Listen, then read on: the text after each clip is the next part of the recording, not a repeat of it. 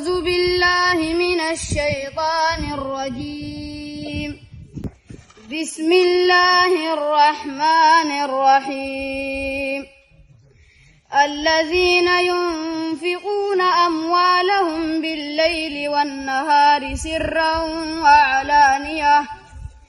سرا وعلانية فلهم أجرهم عند ربهم ولا خوف عليهم ولا هم يحزنون.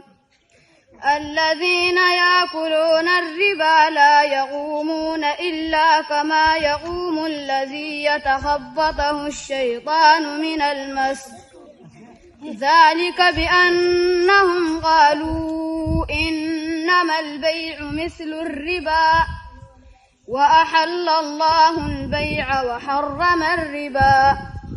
فمن جاءه موعظة من ربه فانتهى فله ما سلف وأمره إلى الله ومن عاد فأولئك أصحاب النار هم فيها خالدون. صدق الله العظيم.